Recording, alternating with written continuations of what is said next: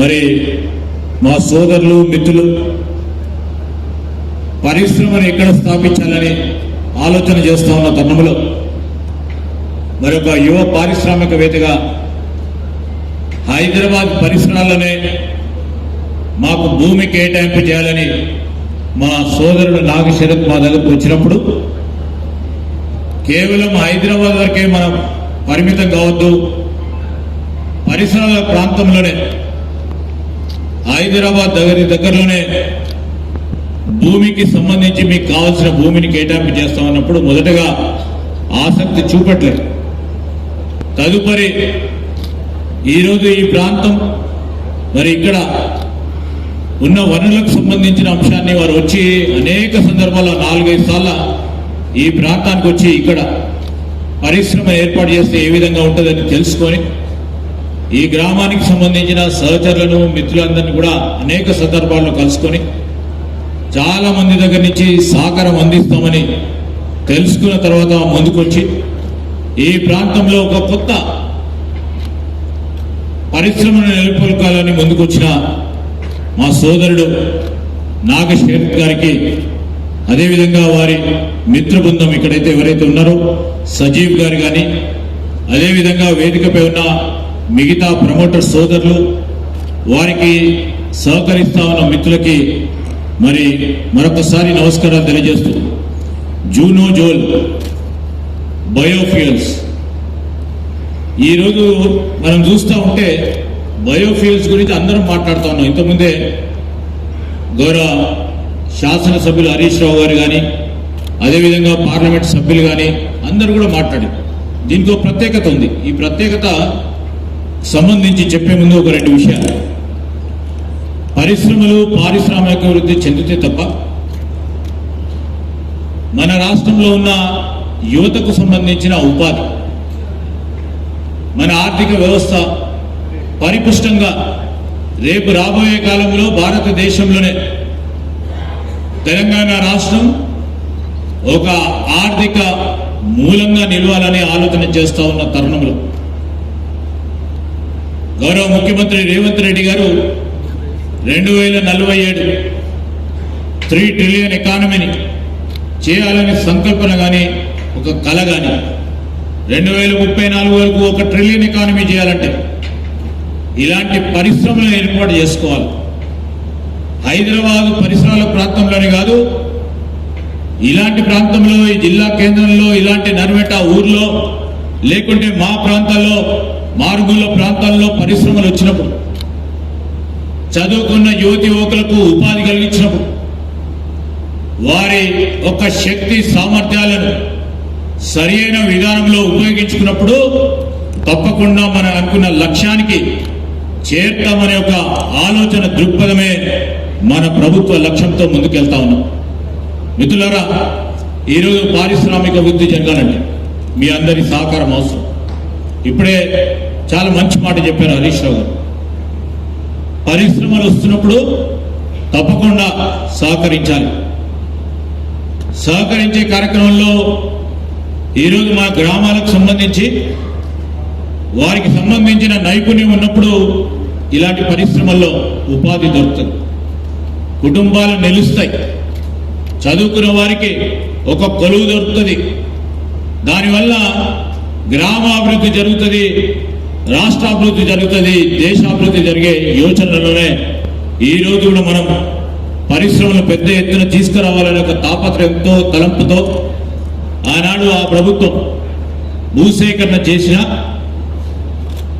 మరి కొన్ని సంకల్పాలు చేసిన దాన్ని ముందుకు తీసుకెళ్లే ప్రయత్నంలో ఈ ప్రభుత్వం అనేక సందర్భాల్లో మా ముఖ్యమంత్రి గారు కూడా చెప్పడం జరిగింది. ఎక్కడ కూడా గత ప్రభుత్వం చేపట్టిన మంచి కార్యక్రమాలకు మేము ఈరోజు పాలసీ విధానాలకు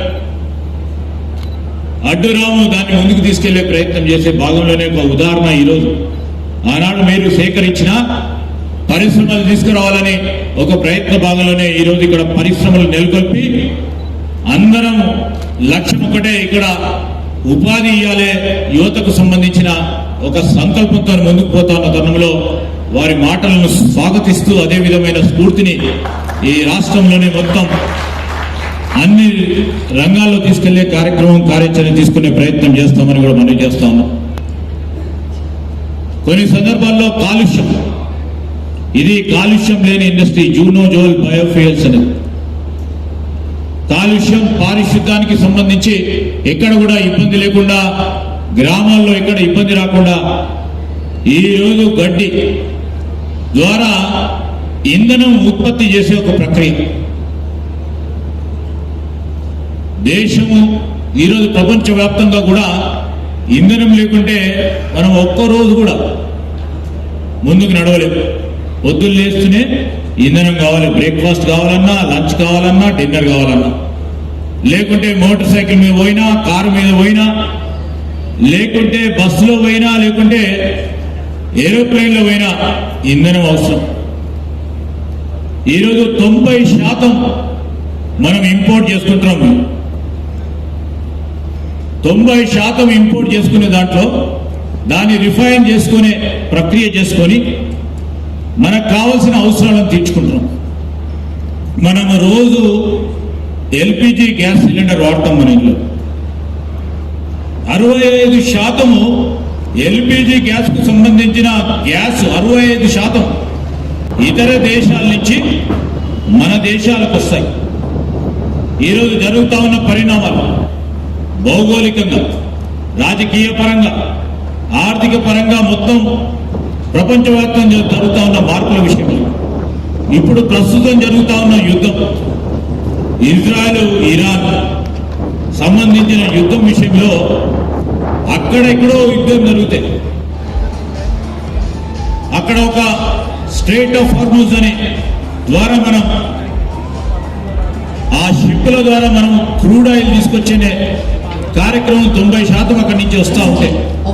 ఆ యుద్ధం జరుగుతూ ఉన్న సందర్భంలో ప్రతినిత్యం ప్రతిరోజు భారతదేశానికి సంబంధించిన ప్రభుత్వం కానీ, మన రాష్ట్ర ప్రభుత్వం కానీ ఆ యుద్ధం ఆగిపోవాలి, ఇంధనానికి కొడుతుండొచ్చు అనే ఒక ఆలోచన చేస్తూ ముందుకు నడుస్తా ఉంది.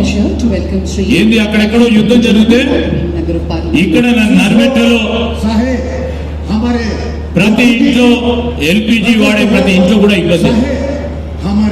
దాని ప్రభావం అంత పెద్దగా ఉంది. రాబోయే కాలంలో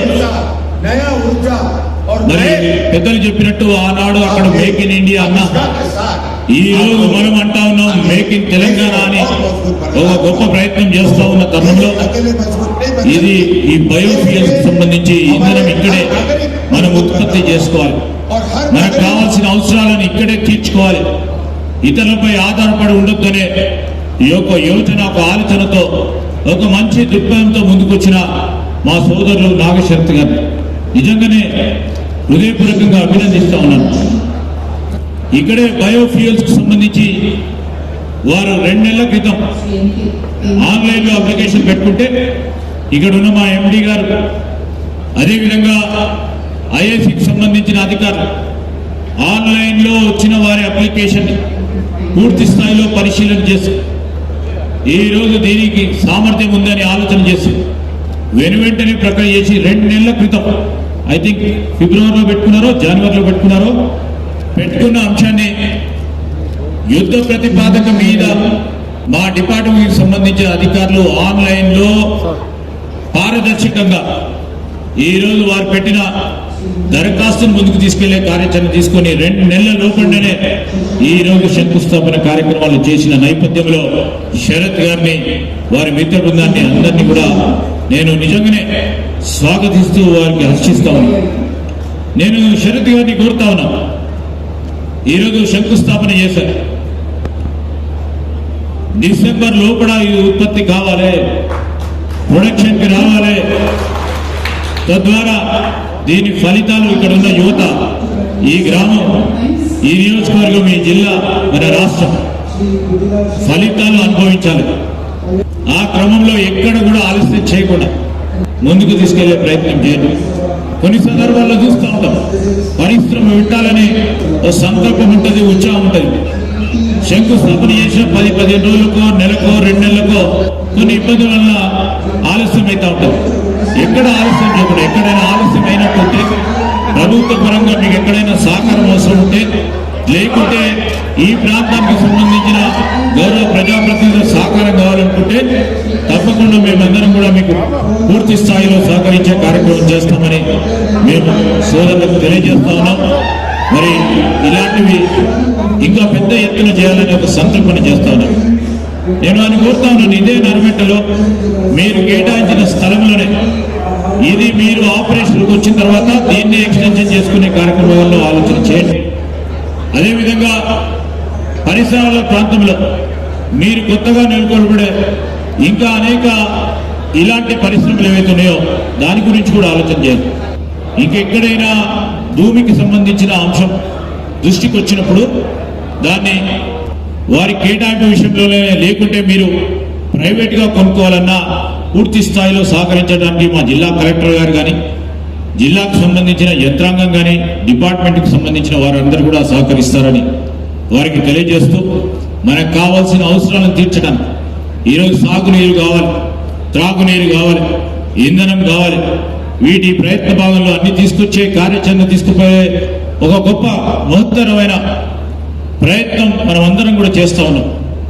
ఎక్కడ కూడా సంకోచపడకూడదు. ఈరోజు సిద్దిపేట మీ అందరికీ కూడా తెలుసు. మరి మా హరీష్ రావు గారి ప్రాంతం, ఈరోజు అయినా కానీ వారి ప్రాతినిధ్యం వహిస్తున్న ప్రాంతంలో పరిశ్రమ తీసుకొచ్చే ఎక్కడ అవకాశం ఉంటే అక్కడ తీసుకొచ్చే కార్యాచరణ తీసుకున్నాం. మాకు వేషిజాలు లేవు. ఎక్కడ పరిశ్రమ అవసరం ఉంటే అక్కడ తీసుకొచ్చే కార్యాచరణ మా ప్రభుత్వం తీసుకుంటుంది. అందుకోసమే ఈ రాష్ట్రం అంతా కూడా బాగుపడాలి, అన్ని నియోజకవర్గాలు బాగుపడాలి.